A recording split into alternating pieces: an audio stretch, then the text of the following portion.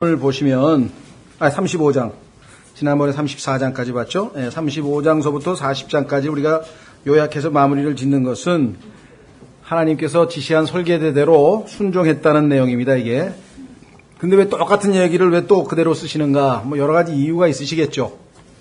정말 시키는 그대로 했기 때문에 그 순종한 사항을 하나님 앞에 또 알리기 위해서 그대로 다시 한번 반복한 경우도 있고요. 그 다음에 성경에서는 두세 증인, 그러니까 두 번 강조했다는 얘기는 또 특별히 중요하다는 뜻도 되겠고요. 그래서 하여간 우리가 왜 하나님께서는 거의 똑같은 내용을 또 다시 이렇게 길게 반복하셨을까?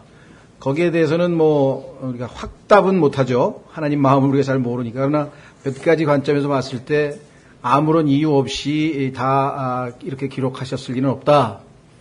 그래서 대부분의 사람들 중에는 이걸 끝까지 한 구절 한 구절 다 읽어가면서 다시 리마인드 하시는 분도 있기는 있어요. 근데 대부분의 주석에 보면 출애굽기 앞지 28장 어디에서 언급하였음, 어디에서 언급하였음, 어디서 언급하였음 이렇게 해서 다 요약을 해버려요. 왜냐하면 어차피 반복되는 내용을 다시 다 공부할 수는 없잖아요. 그렇죠?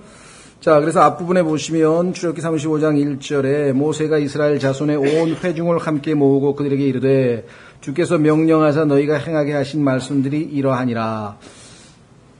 본격적으로 이제 성막을 성막을 짓는 재료를 이제 만들고 이제 성막을 세우기 위한 준비 작업 중에 첫 번째는 뭐냐? 놀랍게도 안식일에 대한 명령입니다. 엿새 동안은 일하되 일곱째 날은 너희에게 거룩한 날이요 주께 안식하는 일이니 누구든지 그날에 일하는 자는 죽일지니라. 너희는 안식일에 너희 모든 처소에서 불을 피우지 말지니라. 세상 사람들은 일하고 나서 쉽니다.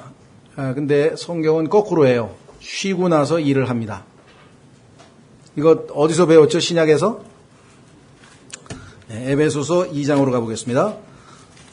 그래서 우리는 일요일부터 시작되는 달력이 정확한 달력이고요. 월요일부터 시작되는 달력은 세상적인 달력이에요. 올바른 달력은 첫 출발이 일요일서부터 시작해요. 일, 월, 화, 수, 목, 금, 토 이렇게 해서 일곱째 날이, 그래서 일요일이 첫째 날이에요. 그렇죠? 첫째 날은 쉬고 마지막 일곱째 날 쉬고 이렇게 되어 있습니다. 그래서 이 하나님의 원칙은 주님으로 말미암아 안식하고 만족을 누리고 편히 쉰 다음에 하나님이 주시는 모든 영적인 능력과 공급을 받아서 하나님의 일을 하는 거예요. 그래서 마리아가 먼저 있었다 그러잖아요. 하나님의 말씀을 먼저 듣고 그 다음에 그걸로 인해서 어떤 기쁨과 섬기고 싶은 마음이 탁 생기고 그래서 순종하는 마음으로 일하고 이렇게 돼야 된다 그랬죠. 자, 에베소서 2장에도 보면은 이렇게 기록되어 있네요. 자, 1절부터 또 그분께서 범법과 죄들 가운데서 죽었던 너희를 살리셨도다. 지나간 때에는 너희가 그것들 가운데에서 이 세상의 행로를 따라 걸으며 공중의 권세 잡은 통치자 곧 지금 불순종의 자녀들 가운데서 활동하는 영을 따라 걸었느니라. 왜 우리 주변에 세상 사람들이 하나님의 말씀에 반응을 안 보이고 역행하는 일들을 그렇게 쉽게 아무렇지도 않게 하는가? 거기에는 하나님을 불순종하는 그러한 영이 그들 안에 들어가 있습니다. 여기 써 있죠. 불순종의 자녀들 가운데서 활동하는 영. 그래서 하나님의 말씀과는 아무런 상관없이 행동을 하게 된다는 것이죠. 지나간 때에는 우리도 다 그들 가운데서 우리 육신의 욕심 안에서 생활하며 육신과 생각의 욕망을 이루어 다른 사람들과 같이 본래 진노의 자녀들이었으나 이게 우리의 과거 모습이죠. 긍휼이 풍성하신 하나님께서 친히 우리를 사랑할 때 보여주신 자신의 크신 사랑으로 인하여 아무런 동기가 없습니다. 오직 사랑으로 인하여 심지어 우리가 죄들 가운데에서 죽었을 때에 우리를 그리스도와 함께 살리셨고 너희가 은혜로 구원을 받았느니라. 살리신 다음에 어떻게 했는가? 바로 헌신하라고 바로 일을 시키셨는가? 아니고 여기 이제 오늘 출애굽기 35장에 답이 써 있죠. 어떻게 했습니까? 6절에 또 함께 일으키사 그리스도 예수님 안에서 우리를 하늘의 처소들에 함께 앉히셨으니. 셋째 하늘에 올라갔죠. 주님은 우리를 앉히신 다음에 그래서 에베소서 전체를 세 동사로 요약한 것이 워치만 리라는 사람의 좌행참이라는 책이에요. 앉았다게 좌정하다 아시죠? 앉고 난 다음에 주님으로부터 충분히 공급을 받은 다음에 walk, 걸었다 이거죠. sit, walk. 근데 걷다 보면 지치죠? 불화살이 날라오죠? 장애물이 생기죠? 비방하는 사람 생기죠? 괴롭히는 사람 생기죠? 어떻게 해야 돼요? fall, 넘어지면 안 되죠. 그래서 뭐예요? strong, 강하라. stand, 왜? 서기 위해서, 지탱하기 위해서. 이게 잘 걷다가 넘어지는 사람이 숱하게 나오고 있습니다. 우리도 많이 넘어졌었고요. 그죠?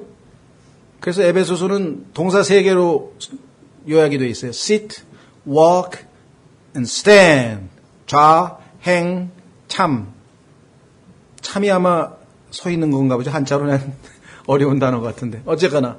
그래서 쉬는 게 먼저죠. 그래서 지금 안식부터 하고 그 안식일에 대한 한번 언급하고 그다음부터 이제 만들기 시작하는 거예요. 다시 출애굽기 35장.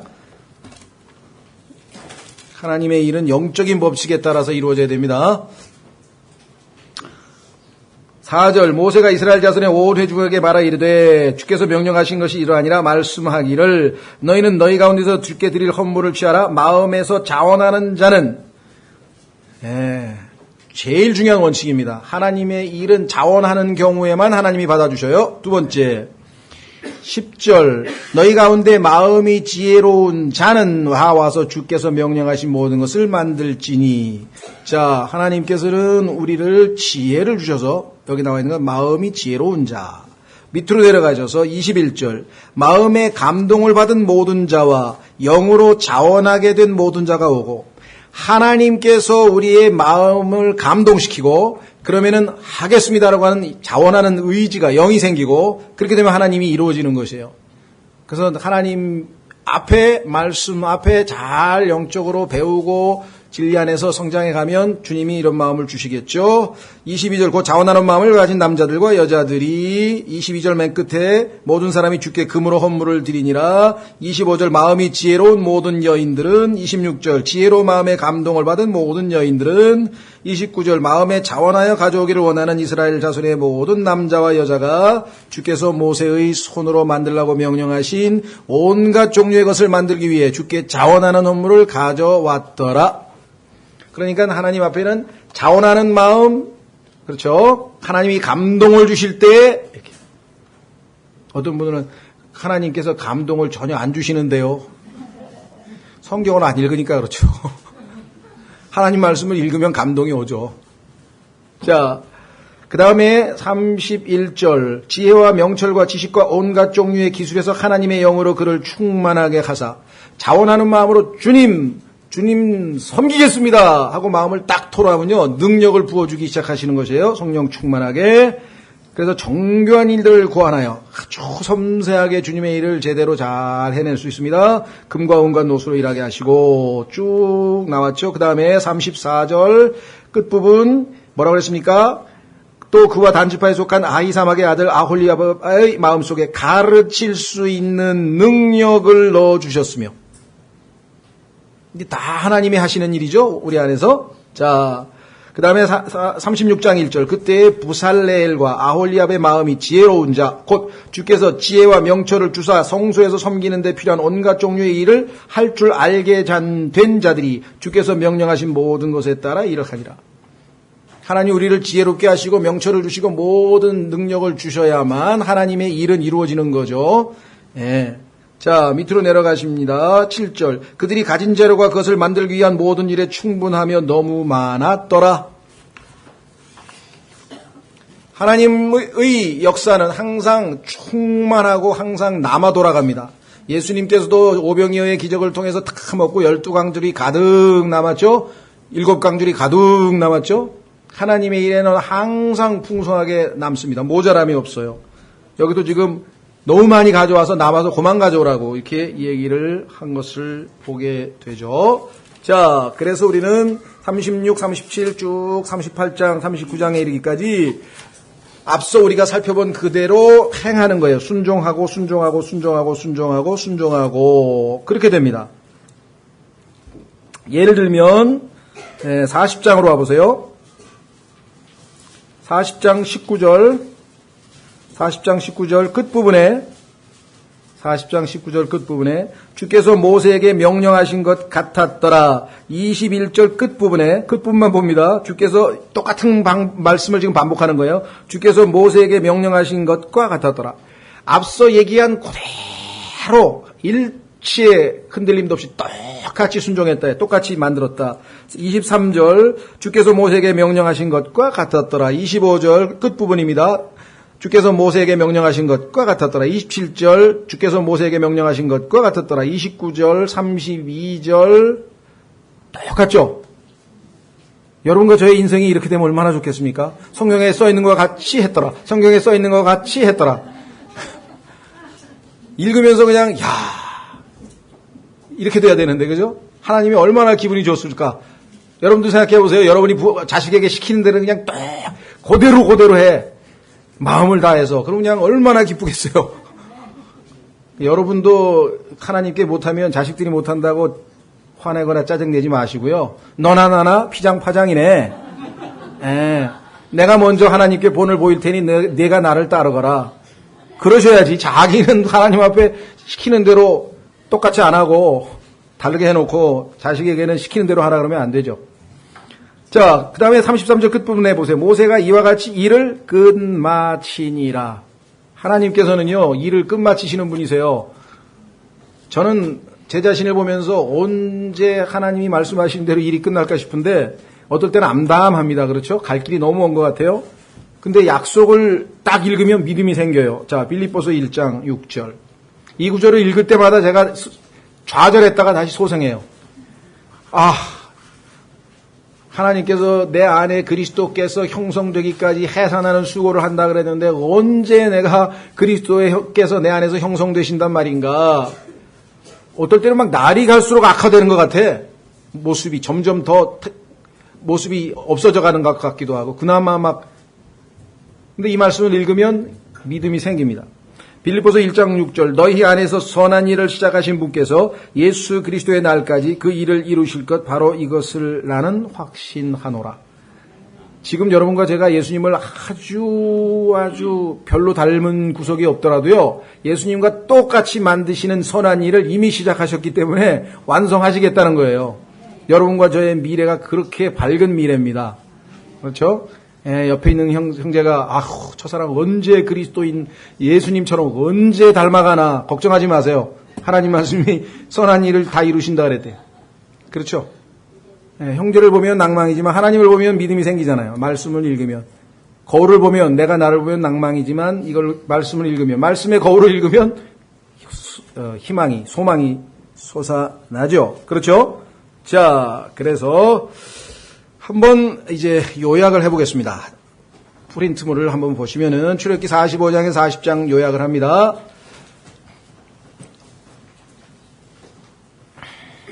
모세는 이미 백성들에게 성막을 세울 수 있도록 하기 위해 그들의 자원하는 예물을 하나님께서 원하신다고 말한 바 있었습니다. 25장 1절 8절 반복이잖아요. 자신에게 불순종하고 마음을 무겁게 했던 백성들로부터 예물을 받아주시는 하나님의 은혜는 놀라울 따름입니다. 하나님께서 받아주신다. 이거 보통 일이 아니죠. 그렇죠? 예. 이 예물은 자원하는 마음으로부터 나와야 하는 바, 지금 자원하는 얘기가 반복돼서 나왔었죠? 예. 이는 주님께서는 즐거이 내는 자를 사랑하시기 때문입니다. 신약에서는요, 헌금과 관련지어서 즐거이, cheerfully 라는 말이 나와 있었죠? 아마 이들 예물의 대부분은 이집트 백성으로부터 얻은 것이었을 것입니다. 실상은 이집트인들을 위해 유대 백성이 행한 모든 일에 대해 뒤늦게 임금을 지불한 셈입니다. 노예 생활했는데 돈 안 줬으니까 하나님께서 결국은 다 갚으시죠. 하나님은 절대 여러분들에게 공짜로 일 시키시는 법이 없어요. 사실은 주인이니까 임금 안 줘 상관없지만 보상하시겠다고 약속을 하셨고, 자, 따라서 이들은 자신들의 최상의 것을 드리고자 했습니다. 하나님이 주신 거예요. 다 나에게. 생명에서부터 시작해가지고 모든 세세하고 작은 것까지. 사실 이들은 너무 많이 바쳐서 모세가 더 이상 가져오지 말라고 말려야만 했습니다. 아까 봤죠? 오늘날에도 교회에 이런 문제, 이게 문제는 문제죠. 남아 돌아가면, 그렇죠? 김치도 남아 돌아가면 진짜 쉬어버리잖아. 그러니까 문제가 있을는지 잠옷 궁금합니다. 이런 문제는 있어도 괜찮을 것 같은데, 이런 문제는 터져도 괜찮을 것 같은데요. 자, 두 번째 35장 30절에서 39장 43절까지는 뭐냐? 첫 번째는 예물을 가지고 왔어요. 두 번째는 은사를 받은 사람들이, 선물을 하나님이 주신 걸 받은 사람들이 섬김을 바침, 봉사를 했다. 봉사. 오늘 우리가 오전에 봤듯이 섬김을 실시했다. 성령님께서는 부살레엘과 아홀리압에게 지혜를 주사 무엇을 해야 할지 알게 하셨으며 그것을 행할 능력도 주셨습니다. 교회에서도 보면은 저 형제 정말 저런 거 어떻게 저렇게 잘하지? 그런 사람들이 있죠.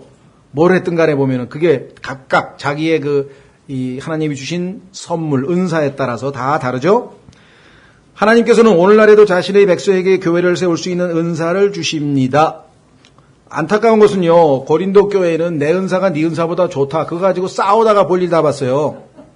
각자 자기에게 주신 은사를 발휘하면 되는데, 손가락은 발가락한테, 발가락은 귀에게, 귀는 눈에게, 네가 낫냐 내가 낫냐, 내가 낫냐 네가 낫냐, 이거 하다가 꾸중 들은 교회가 고린도 교회고요. 하나님이 주신 게 뭔지, 지미 카터 같은 미국 대통령 하던 사람도 교회에서 하나님이 자기에게 주신 은사가 뭐냐니까 섬기는 은사인데 뭔 섬기냐 그러니까 신발장 정리하는 것을 몇십 년 동안을 했대. 지금도 하고 있대잖아요. 신발장을 정리. 어떤 사람은 주차 관리. 뭐가 됐든 간에 작든 크든 간에 하나님께서 자기에게 시키신 일은요, 그게 얼마나 감사한 일인지 모르죠. 그렇죠? 예. 자, 그래서 다 주셨어요. 성경에 보니까 자기가 무언지 아직 모르면 기도하고 찾아야죠. 이미 주셨다고 성경에 썼으니까. 안 주실 일은 없고 거짓말 하실 일은 없죠. 부살레엘과 아홀리압은 혼자서 그 모든 일을 다 한 것이 아니고 그들을 돕는 자들을 가르쳤습니다. 아까 가르칠 지혜를 또 주셨다 그랬잖아요. 그렇죠? 교회 안에서는 다양하게 하나님께서 이와 같은 역사를 일으키시죠. 이어지는 구절들에서 모세는 성막의 부품들 하나하나를 지명하고 제사장들의 옷에 대해서도 그리합니다. 반복해서 하나님이 이렇게 하라고 했는데 이렇게 하였더라. 이렇게 하라고 했는데 이렇게 하였더라. 계속 순종한 얘기가 기록되어 있어요. 이는 하나님께서는 우리가 행하는 모든 일 하나하나에 다 관심이 있으시며 하나도 남김없이 그대로 써놨다. 그 어떤 작은 것도 소홀히 하시지 않음을 보여줍니다. 휘장의 작은 고리 하나도 놋재단만큼 그분께는 중요한 것입니다. 확인해 보겠습니다. 고린도전서 12장. 신약에서도 어떤 분들은요, 어떤 형제는 좋은 은사를 주신 것 같은데 하나님께서 나한테 은사 주신 것이 있는가 이렇게 생각하실지 모르는데 우리 생각하고 하나님 생각하고 다릅니다. 여러분 생각 어떻습니까? 저같이 이렇게 나와서 막 이렇게 은사를 발휘하고 누가 봐도 이렇게 확 눈에 띄는 사람들이 하나님 보시기에 더 소중한 것 같죠? 아닙니다. 정반대입니다. 성경에는. 저희같이 눈에 띄는 사람들은 이미 보상을 많이 받은 거예요. 그렇잖아요. 그죠? 공개적으로 저 사람 뭐 하네. 숨어서 하는 사람들은 하나님께서 보상하시겠죠. 자, 확인해 보겠습니다. 4절. 몸은 한 지체가 아니요 여러 지체니라. 지금 우리만 해도 벌써 100명이 넘잖아요. 150명. 만일 발이 이르되 나는 손이 아니니 몸에 속하지 아니한다 하면 이런 이유로 그것이 몸에 속하지 아니하냐? 만일 귀가 이르되 나는 눈이 아니니 몸에 속하지 아니한다 하면 이런 이유로 그것이 몸에 속하지 아니하냐? 만일 온몸이 눈이면 듣는 곳은 어디냐? 온몸이 듣는 곳이면 냄새 맡는 곳은 어디냐? 저한테 잘 가르쳐 주셔서 인터넷으로 성경 공부해서 너무 감사합니다. 이런 분들이 굉장히 많이 전화 오거든요. 제가 하는 말은 들어주셔서 고맙습니다. 아무도 안 들어주시면 외쳐봐야 무슨 의미가 있겠어요. 그렇죠? 네. 들어주는 사람이 있기 때문에 하나님의 사역을 하시는 거고, 그렇죠? 네. 그래서 물론 그 각각의 수고에 대해서 하나님께 서로가 감사하는 마음을 갖는 건 좋죠. 그러나 일방적으로 하나가 누구에게 감사하는 게 아니라는 겁니다. 18절. 그러나 이제 하나님께서 친히 기뻐하시는 대로 지체들을 곧 그것들을 각각을 몸 안에 두셨느니라. 다 다양합니다. 스타일도 다양하고 지문도 다양하고 성격도 다양하고. 만일 그것들이 다 한 지체라면 몸은 어디 있느냐. 그러나 이제 그것들이 많은 지체이나 그럼에도 오직 한 몸이라. 눈이 손에게 이르기를 나는 내가 필요 없다 하지 못하며 또 머리가 발들에게 이르기를 나는 너희가 필요 없다 하지 못하리라. 아니라 중요합니다. 22절. 더 약하게 보이는 몸의 그 지체들이 더욱더 필요하고, 약한 것 같은 것이 더욱더 필요하고, 또 우리가 덜 귀한 것으로 여기는 몸의 그 지체들, 곧 이것들에게 우리가 귀한 것을 더 풍성히 주며 우리의 아름답지 못한 부분들은 아름다운 것을 더 풍성히 얻나니. 손톱 발톱 별 볼 일 없는 것 같아도 얼마나 갈고 닦고 칠하고 그냥 자매님들 정성을 들이잖아요. 그거 볼 때마다 아, 성경의 말씀이 맞구나. 아름답지 않은 것을 아름답게 하려고 애를 쓰시는구나. 아니, 농담 아니에요. 진실로. 그걸 느낀다니까요, 저는요. 왜? 이게 중요하니까 얼마나 이걸 아름답게 하려고 그러겠어요. 깨끗하게 하려고 그러죠. 예. 나 그런 것을 봤을 때 하나님께서도 교회 안에서 어떤 사람은 이 세상에 있는 사람을 너는 반드시 있어야 될 놈, 너는 있어도 없어도 그만인 놈, 너는 사라져야 될 놈, 그러더라고요. 제 친구가, 귀태. 그래가지고, 근데 그 친구가 딱 말하기를 3명이 있었는데, 제 한 친구, 너는 없어야 될 놈, 나는 있어도 그만 없어도, 자기는 반드시 있어야 될 놈. 근데 주님의 몸 된 교회에서는 그게 아니에요. 여러분 생각하기엔 어떠세요? 저 사람 없어도 될 것 같은데? 그렇게 생각하십니까? 천만의 말씀이에요. 요즘에 맹장수술도 안 합니다. 맹장수술 한 사람이 맹장이 건강에 있어서 특별한 역할을 한다는 것이 밝혀져서 맹장수술 안 합니다, 요즘에. 굉장히 이게 그냥 만들어 놓으신 게 아니라니까요, 하나님께서. 예. 자, 그래서 여기 보시면 23절 덜 귀하게 우리가 덜 귀하다고 생각하는 몸의 지체들을 더 풍성히 주며 아름답지 못하다고 생각하는 부분들을 아름다운 것을 더 풍성히 였나니. 그렇죠. 이렇게 보면은 주렁주렁 달고 다니는 분의 그 자매님들 귀를 보니까 진짜 못생겼더라고. 귀가 예쁜 사람은 이게 달 필요도 없어. 이게 달지도 않아. 뭘 달았어. 그 살 수 없이 보니까 역시 귀를 이렇게 어떻게 하려고 그랬나 봐. 이게 좀 덮으려고. 성경이. 저는 무슨 사물을 보더라도 성경 구절로 해석하라는 걸 여러분들에게 가르치시기 위해서 지금. 자, 그 다음에 보세요. 24절 우리 아름다운 부분들은 부족한 것이 없느니라 오직 하나님께서 몸을 다 이같이 고르게 하사 부족한 그 부분에게 더욱 귀한 것을 풍성히 주셨으니 이것은 몸 안에 분쟁이 없게 하고 오직 지체들이 서로 같은 보살핌을 받게 하려 하심이라. 한 지체가 고통을 받으면 모든 지체가 그것과 함께 고통을 받고 한 지체가 종기를 얻으면 모든 지체가 그것과 함께 기뻐하느니라. 이것이 하나님의 법칙이라 이 말이에요. 이제 너희는 그리스도의 몸이요 개별적으로는 지체니라. 그래서 이제 28절에 보면은 교회 안에서 몇 줄 세우는데 첫째는 사도들이요 둘째는 대언자들이요 교사요 기적들이요 병 고치는 선물들과 돕는 것들과 기다 다스리는 것들과 여러 가지 타원어들이냐 모두가 사도이겠냐 모두가 쭉쭉쭉 다 마찬가지. 출애굽기 35장에서도 하나님께서 각자 자기의 주신 것들을 다 합니다. 자, 다시 교재로 돌아오시면 그래서 1페이지 맨 끝에 우리는 작은 일에 신실하면 하나님께서 더 큰 일들에 대해서도 우리를 신뢰하실 수 있습니다. 누가복음 16장 10절에 나와 있죠. 세 번째 마지막 드디어 이제 완성이 돼서 하나님께서 자신의 영광을 보여주시는 장면이에요. 여러분과 제가 예수님이 오셔서 교회가 아름다운 신부의 모습을 하면 그야말로 영광이 아마 가득할 겁니다. 지금은 영광의 소망을 여러분과 제가 각자 마음속에 간직하고 있어요. 성경에 보니까 영광의 소망 곧 너희 안에 계신 그리스도라. 우리 안에 계시기 때문에 이게 바깥으로 안 드러나서 사람들은 아직 영광스러운지 잘 몰라요. 그렇죠? 그런데 어느 날 우리 안에 계신 주님께서 샛별이 떠오른 그 시점에 떠올라서 우리 안에 계신 예수님이 바깥으로 표현되면 그 영광이 얼마나 놀랍겠는가. 그게 지금 성막이 완성되는 순간에 영광이 주어졌죠. 새 예루살렘이 영광 가운데 내려오고 있죠. 자, 확인하겠습니다. 이스라엘은 출애굽 후 3개월 만에 시내산에 도착했습니다. 그런데 지금은 그들의 순례 여행의 두 번째 해가 빠졌네요. 두 번째 해 첫째 날입니다. 제2년째가 됐죠. 따라서 율법을 주신 때로부터 완성된 성막을 봉헌할 때까지 9개월이 걸린 셈입니다. 그중 거의 3개월간 모세는 산에서 하나님과 함께 지냈습니다. 이로써 성막 건축에는 6개월이 소요되었음을 짐작할 수 있습니다. 모세는 이 성막을 처음 세웠을 때 지성소로부터 시작해서 모든 기구를 제 위치에 놓고 나서 바깥들을 설치했습니다. 지성소 제일 중요한 것 안에 모든 것이 다 제자리에 놓이자 모세는 그 구조물과 내용물에 기름을 부어 주님께로 거룩히 구별하였습니다.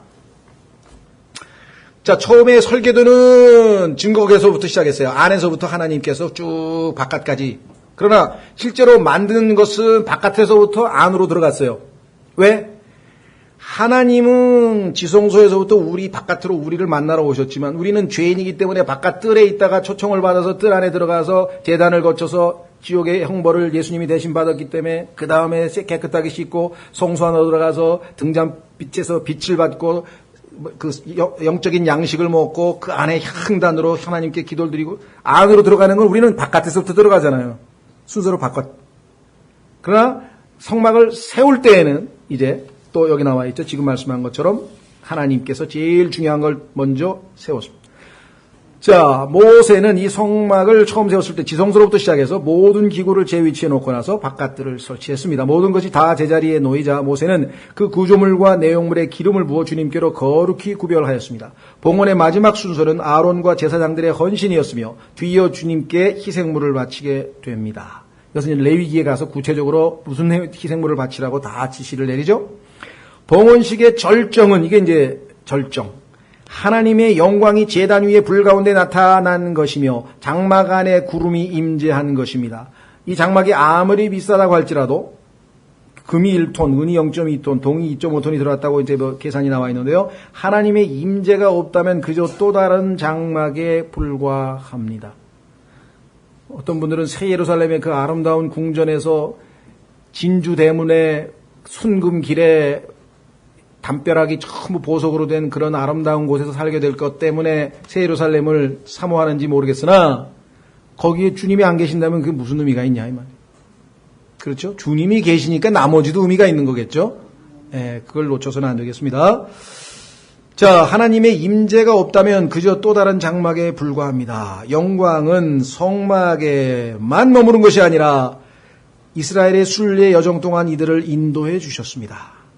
쭉 계속해서 우리가 하나님의 영광이라고 할 때 이것은 그분께서 성막에 임재하고 계심을 말하는 것입니다.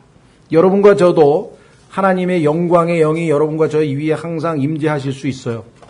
어느 때 특별히 그러한가 확인해 보겠습니다. 여러분이 하나님의 영광을 보통 때는 느끼질 못하는데 특별히 뭔가 영광스럽다고 느낄 수 있는 기회가 있어요. 베드로전서 4장. 읽고 나면은 나는 영광 받고 싶지 않습니다. 그럴 분도 계실 것 같아. 찾으셨습니까?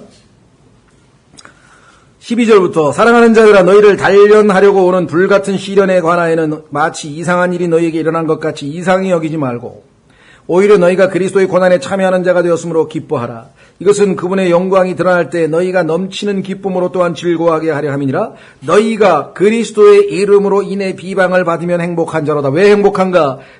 영광의 영 곧 하나님의 영께서 너희 위에 머물러 계시느니라. 여러분께서 예수님 때문에 비방을 받는다 억울해할 일이 아니에요. 영광스러워해야 될 순간이라니까요. 써 있잖아요. 그분께서 그들 편에서는 비방을 받으시나 너희 편에서는 영광을 받으시니라. 여러분이 예수님 이름 때문에 비방을 받든 고난을 받든 억울한 일을 당하든 속상한 일을 당하든 만약에 예수님 이름 때문에 그런 일을 당하면 여러분 위에 영광의 영이 머물러 있다는 것을 믿으시기 바랍니다. 써 있잖아요.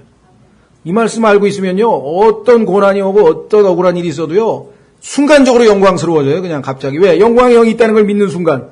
이 위에 영광의 영이 있는 거구나. 지금 내가 다른 사람보다 영광을 받고 있는 순간이구나. 아니에요? 써 있잖아요. 이런 말씀을 꽉 붙들고 흔들리지 않아요. 이게 성경에서는 단단한 음식이에요. 이런 음식은 영적으로 성숙한 사람들은 이걸 받아요.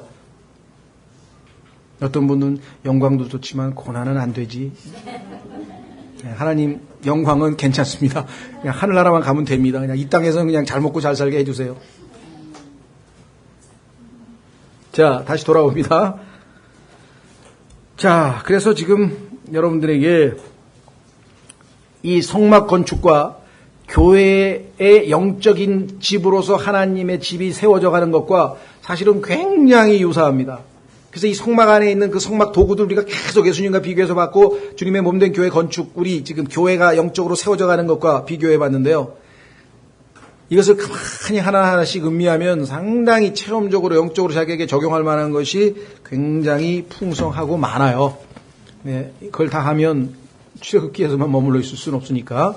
자, 그래서 이제 출애굽기에서 우리가 얻을 수 있는 교훈 16개를 정리하고 출애굽기는 대단원의 막을 내리겠습니다. 다음 주부터는 말씀드린 것처럼 전도서를 공부하려고 하는데요. 전도서는 우리가 세상으로 빨려 들어가지 않을, 세상을 사랑하지 않게 될 예방주사와 같다 그랬어요. 꼭 필요한 예방주사입니다. 어린애도 예방주사를 정기적으로 맞아야죠. 그렇죠? 예, 마찬가지입니다. 그리스도인도 이 세상을 사랑하지 말라, 이 말씀이 우리에게 실제적으로 와 닿으려면 세상을 사랑했다가 쓰라린 낭패를 당한 사람의 경험담을 좀 들어야 돼요. 그게 바로 전도서예요. 그래서 우리가 공부를 할 겁니다. 자, 출애굽기에서 얻을 수 있는 영적 교훈 1장서부터 40장까지 이렇게 아주 간략하게 요약했습니다. 첫째, 출애굽기가 시작될 때 죄인은 세상 안에 있었고 이집트에 있었죠. 마귀의 노예로 일했었습니다. 그렇죠? 사탄이 시키는 대로 노예 생활했죠. 1장, 2장에 나옵니다. 이런 여건 하에서 죄인은 죽음과 핍박에 굴복해야만 했습니다. 얼마나 많은 사람들이 죽어나갔고 얼마나 많은 사람들이 괴롭힘을 당했습니다. 셋째, 하나님께서 택하시고 위임하신 구원자가 없이는 죄인은 이집트를 떠날 수가 없었습니다. 하나님께서 모세를 보내서 그 모세가 그들을 데리고 나오기 전까지는 아무도 감히 이집트를 떠난다는 것을 생각을 못했다는 거죠.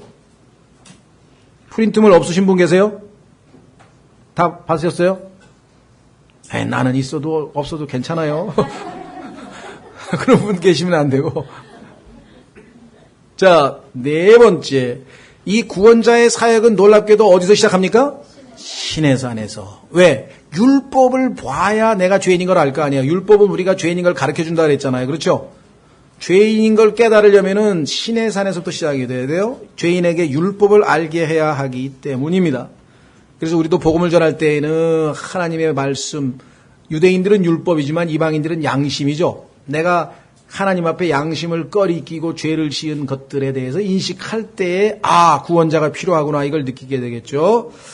자, 그것이 로마서 1장, 2장, 3장에 나와 있는 내용이죠. 자, 그 다음에 노예로 있는 동안 이 죄인은 마귀로부터 많은 타협을 제한받게 됩니다. 3일길을 간다 그랬는데 꼭 그렇게 멀리 갈 필요 있겠느냐. 그렇죠? 아이들은 좀 남겨두고 가면 안 되겠느냐. 등등등등 하면서 다양한 방식으로 타협을 요구했습니다. 예수님을 믿으려고 마음을 먹을 때 마귀가 얼마나 다양한 방식으로 우리의 마음을 이런저런 시험과 타협을 제안하는지 모른다. 똑같죠. 우리도 6절 6번째 궁극적인 구출은 어린 양의 피에 의해서만 이루어질 수 있습니다. 그렇죠. 하나님께서는 어린 양의 피를 바른 그 집안을 죽음의 사자가 건너 지나간다고 말씀하셨죠. 7번째, 구원받은 죄인은 한밤중에 급히 서둘러 이 세상을 빠져나가야 합니다. 왜 그럴까요? 세상으로부터 우리를 구출해 내시는 것이 하나님의 목적이기 때문에 그래요. 그래서 더 이상 세상에 머물러 있는 거 아닙니다. 확인해 보겠습니다. 제일 어리석은 사람이 세상에 한 발짝, 그 다음에 저쪽에 약속의 땅 광야에 한 발짝. 홍해가 얼마나 넓은데 양쪽에 발을 얼마나 힘들겠어요. 동가식 서가숙 하는 사람이 있으면 안 되겠죠. 여러분 그 얘기 잘 아시죠? 제가 몇 번이나 해드렸잖아요. 중국에 있던 어떤 청년인가 유명한 한 사람이 말이지. 장가를 가야 되겠는데 딱 만나보니까 동쪽에 사는 여자는 그렇죠? 부자인데 못생겼어. 그 다음에 서쪽에 가보니까 예쁜데 돈이 없어. 그래서 나는 동가식, 동쪽에 가서 밥은 먹고 서가숙, 잠은 서쪽에 가서 잘난다. 그렇죠? 세상에서도 축복받고 교회 생활도 적당히 하고 양다리 걸치는 거, 그게 동가식, 서가숙인데요. 신앙생활도 그렇게 하기 때문에 진전이 없다 이거죠. 자, 갈라디아서 1장 4절 보십시오. 갈라디아서 1장 4절. 하나님은 여러분과 저를 세상으로부터 건져내시는 것이 목적 중에 하나예요.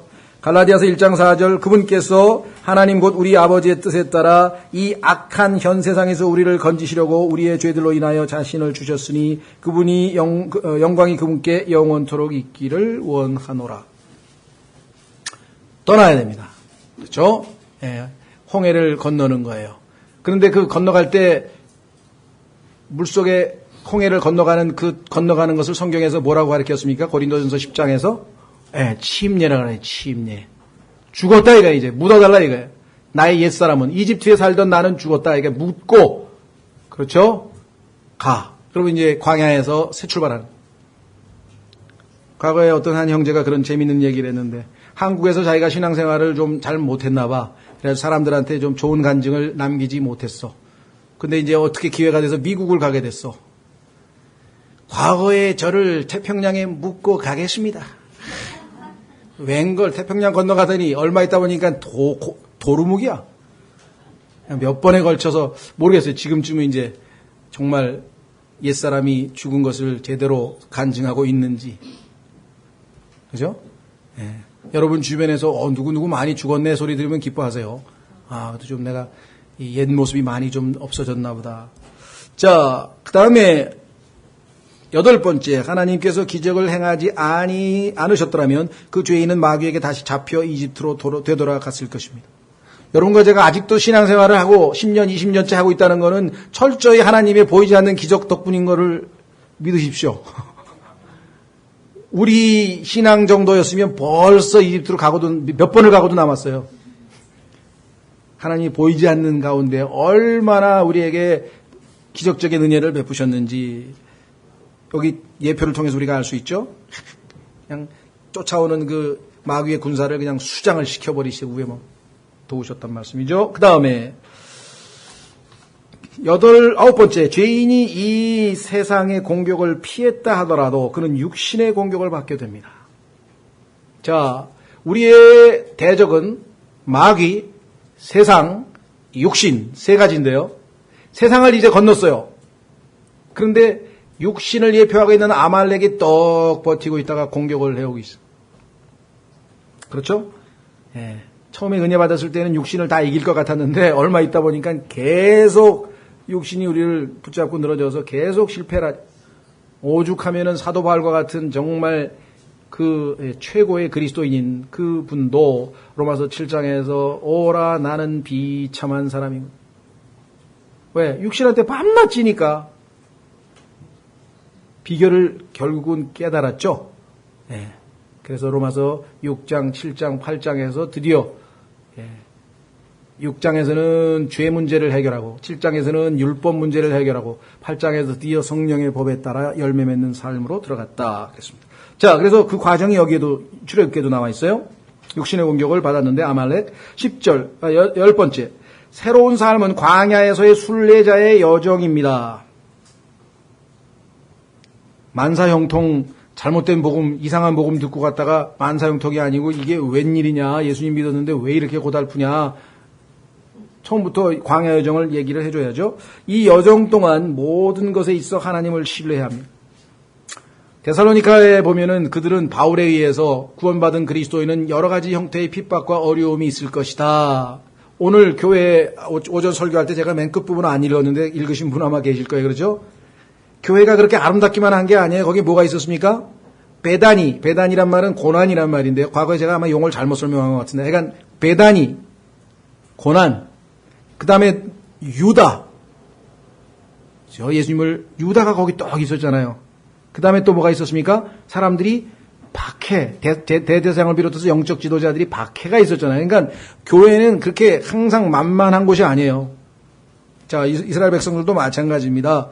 그래서 순례자, 우리의 아이덴티티, 우리의 정체성은 순례자. 그 다음에 또 뭡니까? 나그네. 그렇죠? 이 세상에 뿌리를 받고 사는 사람이 아니죠. 나그네와 순례자라 그랬어요. 우리의 정체성. 반면에 이 세상에서 구원받지 못한 사람은 뭐라 그랬습니까? 도망자. 하나님으로부터 도망가고, 율법으로부터 도망가고, 진리로부터 도망가고, 도망자. 두 번째, 목적지 없이 가는 사람, 방랑자. 그렇죠? 그러니까 도망자와 방랑자로 살던 사람들이 나그네와 순례자의 삶으로 바뀌는 거예요. 정체성이. 신분이 바뀌는 거죠. 자, 그럴 때는 하나님을 신뢰하고 살아갑니다. 11번째. 하나님과 친밀한 교제를 하기 위하여 믿는 자는 거룩함이 무엇인지 잘 알아야 합니다. 이것은 신의 산에서 알게 됩니다. 하나님께서 우리를 예수님의 피로 거룩하게 하셨어요. 거룩함은 이미 이루어진 사건입니다. 그런데 하나님은 하셨지만 우리의 매일매일의 삶에서 우리가 이것을 실천에 옮기면서 배워가야 돼요. 그래서 성경에 보면요, 내가 거룩하니 너희는 거룩하라 이렇게 명령이 나와 있는데 우리를 거룩히 구별하셨으니 거룩하게 만들었단 말도 나와요. 과거도 나오고 미래도 나오고. 왜 그럴까요? 하나님 편에서 보면 우리는 이미 예수님하고 똑같은 완성품이에요. 그러나 우리 쪽에서 보면 가는 과정이에요. 히브리서는 과정을 설명하고 있어요. 에베소서는 완성되고 요한일서도 완성된 우리를 보여주고 있어요. 하나님의 관점에서, 하늘의 관점에서 보느냐 땅의 관점에서 보느냐에 따라 달라져요. 그렇죠? 해 아래에서 땅의 관점에서 보면 헛되니 모든 것이 헛되도다. 맞는 얘기를 했죠. 하나님의 관점에서 보면 헛된 것이 단 하나도 없어요. 다 의미가 있어요. 이 두 가지 관점이 서로 다르기 때문에 성경이 어떨 때에는 모순되는 것 같지만 관점만 잘 보면 다 맞는 얘기를 하고 계신 거다. 여기도 마찬가지. 자, 거룩함이 무엇인지 잘 알아야 됩니다. 한 발자국 한 발자국 거룩하신 주님을 닮아가야 됩니다. 이것은 신의 산에서 예수님이 내려오죠. 하나님께서 거기에 내려오십니다.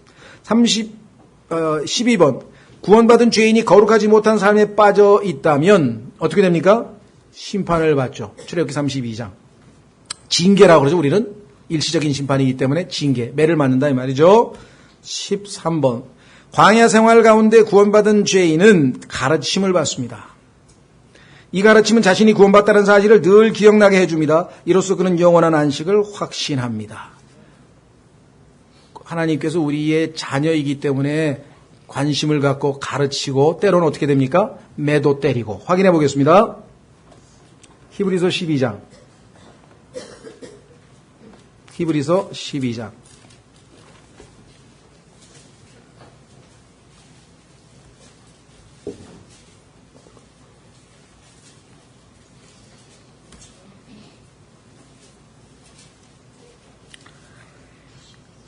(3절) 죄인들이 자기를 대적하여 이처럼 거역한 것을 견디어내신 분을 깊이 생각할지니 이것은 너희가 너희 생각 속에서 지치고 기진하지 아니하게 하려 함이라. 우리가 얼마나 신앙생활하면서 쉽게 지치고 기진맥진하고 좌절하죠. 너희가 죄와 싸우되 아직 피 흘리기까지 대항하지는 아니하였노라. 또한 자식들에게 하든 너희에게 말씀하시는 권면을 너희가 잊었도다. 이르시되 내 아들아 너는 주의 징계를 멸시하지 말며 그분께 책망받을 때에 낙심하지 말라. 굉장히 중요한 겁니다. 왜 그렇습니까? 주님의 징계를 멸시하는 사람이 너무나 많아요. 두 번째, 그분께 책망받을 때 낙심하는 사람도 너무나 많아요. 정반대죠. 하나는 강팍해가지고 매를 때려도 거기에 대해서 뭐 전혀 반응이 없고 오히려 막 대들고 반역하고. 그렇죠? 반면에 낙심해가지고 하나님이 나를 버리셨나 봐, 나를 더 이상 사랑하지 않는가 봐, 뭐 이래가지고 마음이 무너져 버리는 사람이 있어요. 두 가지가 근본입니다. 멸시하지 말고 낙심하지 말고. 6절 주께서 사랑하는 자를 친히 징계하시고 자신이 받아들이는 아들마다 채찍질 하시느니라 하셨느니라. 여기서 많은 그리스도인들이 오해하고 있습니다. 주께서 불순종하는 자를 그 다음에 말 안 듣는 자를 친히 징계하시고 자신이 거부하는 자들마다 채찍질 하시느니라. 뭐 이렇게 해석하시는 분이 있어요. 하나님은 사랑하는 자를 친히 징계하시고 하나님 앞에 매맞으면 사랑받는 증거, 그 다음에 자신이 받아들이는 아들마다 채찍질한다 그랬는데 오히려 만약에 7절 너희가 징계를 견디어내면 하나님께서 아들들을 대우하듯 너희를 대우하시나니 아버지가 징계하지 않은 자가 무슨 아들이냐. 잘 견디면 그 징계의 효과로 말미암아 우리가 점점 예수님을 닮아갈 수가 있는데 그 효과를 못 보는 사람이 있어요. 어떤 사람? 멸시하거나 낙심해버리면 효과가 안 나와요. 9절 또한 우리에게 있던 우리 아버지, 육체의 아버지들이 우리를 바로잡아도 우리가 그분을 공경하였거늘 하물며 영들의 아버지께 우리가 더욱 복종하고 이로써 살아야 하지 아니하겠느냐. 진실로 그들은 며칠 동안 자기들이 기뻐하는 대로 우리를 징계하였거니와 육신의 부모들은 때로는 자기의 개인적인 그런 이유로 인해서 우리를 징계할지 모르지만 하나님은 전적으로 우리의 유익을 위해서 그분께서는 우리의 유익을 위해서 하시나니 이것은 우리가 우리 자신의 거룩함에 참여하는 자가 되게 하려 하심이라. 그렇죠? 자, 우리가 8절을 빼고 읽었는데요. 자, 8절 보세요. 모든 사람이 징계를 받음으로 너희에게 징계가 없으면 너희가 사생하여 아들이 아니니라. 하나님으로부터 우리가 한 번도 매를 안 맞고 자랄 수는 없는 거죠. 11절 이제 어떤 징계도 그 당시에는 기쁘게 보이지 아니하고 슬프게 보이나. 징계 자체는 우리에게 힘든 겁니다. 그럼에도 불구하고 나중에는 그것으로 말미암아 단련된 자들에게 그것이 의의 화평의 열매를 맺느니라. 그렇죠? 자, 뿐만 아니라 가르치는 내용도 우리에게 설명해 주고 있습니다. 뭘 가르쳐 주는가 확인해 보겠습니다. 디도서 2장. 하나님께서 이스라엘 백성들에게 상당히 많은 것들을 가르쳤습니다. 출애굽기 20장서 10계명서부터 시작해가지고 쭉 가르치셨는데 요약을 하면 그리스도인들 신앙 우리에게는 무엇을 가르쳐 주는가. 예수님께서 말씀하셨죠. 너희는 내게 와서 어떻게 하고요? 배우라. 너희는 내게 와서 배우라. 내가 가르쳐 주겠다는 뜻이겠죠. 그러면 무엇을 가르쳐 주는가? 5가지를 가르쳐 주는데 5가지. 그리스도인에게 있는 항목이 필수 과목이 5가지인데요. 자, 디도서 2장 11절 구원을 가져다 주시는 하나님의 은혜가 모든 사람에게 나타나. 그런데 모든 사람이 다 구원을 받은 건 아니죠. 구원을 받은 사람들은 어떻게 되는가? 12절 우리를 가르치시되. 매일매일 하나님의 은혜가 여러분과 저에게 임하고 있으면 가르쳐 주십니다. 뭘 가르쳐 주시는가? 경건치 아니한 것을 거부하고 세상에 적한 정욕들을 거부하고 2가지를 거부할 수 있도록 가르쳐 주세요. 우리는 유혹에 약하기 때문에 여기 나와 있는 것처럼 2가지 것, 하나님하고 어울리지 않는 것, 워낙 우리 육신이 그런 것을 좋아하기 때문에 우리의 육신적 성향에 치우치죠. 2번째, 세상에 속한 정욕들을, 욕심. 그게 무슨 욕심이 됐든 간에. 자, 2가지를 거부하려고 하는데 거부가 안 돼요. 그래서 하나님께서 그것을 거부할 수 있도록 우리를 은혜 되신 주님께서 가르쳐 주신다. 그 다음에 3가지 더 가르쳐 줍니다. 첫 번째, 맑은 정신을 가지고 살라. 정신을 놓든다. 정신줄을 놓거나 아니면 딴 데다가 잘못된 곳에다 우리의 생각을 하면 안 된다. 그죠? 건전한 생각을 갖고 맑은 정신을 가지고 2번째, 의롭게 살게 하나님 앞에 올바르게 바르게 3번째, 하나님의 뜻에 따라 하나님 스타일로 godly. 하나님께서 출애굽한 이스라엘 백성들에게 거룩하게 살 방도를 가르쳐 주셨듯이 우리도 하나님의 은혜 되신 예수님께서 우리의 삶을 인도하고 계십니다. 다시 돌아오셔서 교재로 가시면 14번째, 성령께서는 광야 여정 동안 낮이든 밤이든 직접 인도하시며 그리스도인은 성령님의 인도를 따라야 합니다. 자, 14, 15, 16절이 전부 인도와 관련되어 있는데요. 한번 확인해 보겠습니다. 인도. 우선 요한복음 16장 13절. 그 14, 15, 16을 먼저 한번 읽죠. 거기에 보시면 인도인데 어떤 인도인가 보세요. 15번. 성령께서는 자신이 직접 기록하시고 직접 보존하신 자신의 말씀을 역행한 채로 결코 어떤 사람도 인도하지 않으십니다. 기록된 그대로 인도하신다. 이 명령들은 문자 그대로 이루어져야 합니다. 성령께서는 명확하게 인도하십니다. 자, 그러면 성령께서 나를 명확하게, 분명하게, 바르게 인도하고 계신다는 증거들을 어디서 찾는가 확인해 보겠습니다. 요한복음 16장 13절. 요한복음 16장 13절.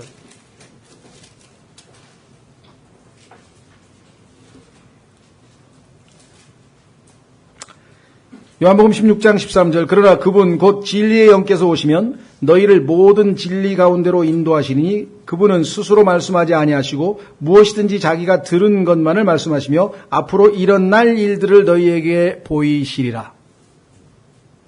자, 여기 보니까 모든 진리 가운데로 우리를 인도하신다. 그러니까 성령님께서 우리를 인도하실 때에는 어디로? 진리 가운데로 인도하신다. 자, 로마서 8장 14절. 로마서 8장 14절.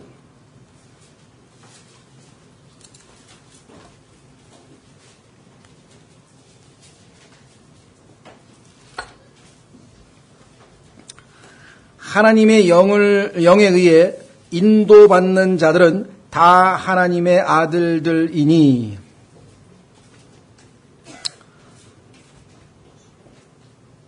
이 구절을 잘못 오해해서 자기가 지금 하나님의 영에 인도함을 받고 있는 것 같지가 않아. 아무리 생각해봐도. 느낌도 없고. 그러다 보니까 마귀가 그럼 넌 하나님의 아들이 아니네? 그래가지고 구원을 의심하는 사람들도 있어요. 그리고 그걸 협박하는 사람도 있고. 너 하나님의 인도하심을 받고 있냐? 그건 잘 모르겠는데. 너 하나님의 아들이 아니네? 그게 아니고 하나님의 아들이 된 사람들은 다 하나님의 영께서 인도하고 계셔요. 문제는 어디에 있습니까? 그 인도함을 따라서 따라가는 사람과 안 따라가려고 뻗팅기는 사람과 옆길로 새버리는 사람과 여러분 어떤 분이십니까? 하나님이 지금 인도하고 계시고 바른 길로 인도하고 한 걸음 한 걸음 지금 따라가고 계십니까? 안 따라가고 있는 사람도 있잖아요. 옆으로 빗나간 사람도 있고 중간에 넘어져 버린 사람도 있고 그렇죠? 오죽하면 성경에 바울이 뭐라고 했어요? Be followers of God. 하나님을 따르는 자들이 되라. 왜 인도하고 계신데 안 따라가냐 이 말이에요. 안 따라가냐. 확인해 보겠습니다. 마지막 구절입니다. 에베소서 5장. 에베소서 5장.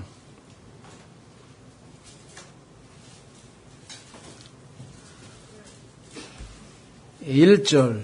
에베소서 5장 1절. 그러므로 너희는 사랑스러운 자녀로서 하나님을 따르는 자가 되고 그리스도께서 우리를 사랑하사 우리를 위해 자신을 향기로운 냄새의 헌물과 희생물로 하나님께 드린 것 같이 사랑 안에서 걸으라.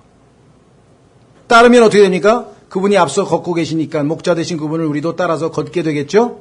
네. 그런데 어떻게 걸으셨어요, 예수님은? 우리를 위해 자신을 향기로운 냄새의 헌물과 희생물로 하나님께 드린 것 같이 사랑 안에서 걸으라. 예수님께서 우리를 이렇게 사랑하신 것처럼 우리도 그와 같은 사랑으로 걸으라. 그렇죠?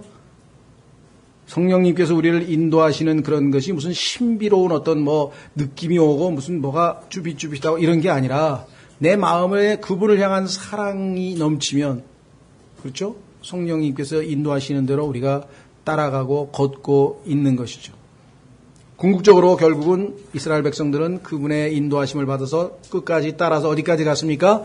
약속의 땅 가나안으로 가서 약속하신 풍성한 삶, 생명을 얻게 하고 풍성한 생명. 그렇죠? 우리가 놓치는 것은 이 뒷부분이에요. 따라가지 아니하면 같이 따라서 걷지 아니하면 주님과 함께 십자가를 메고 따라가지 아니하면 약속하신 그 풍성한 삶은 놓치는 거죠. 그렇죠? 예, 그래서 출애굽기를 통해서 우리가 얻을 수 있는 영적인 교훈들을 보니까 신약 그리스도인들에게 다 적용되는.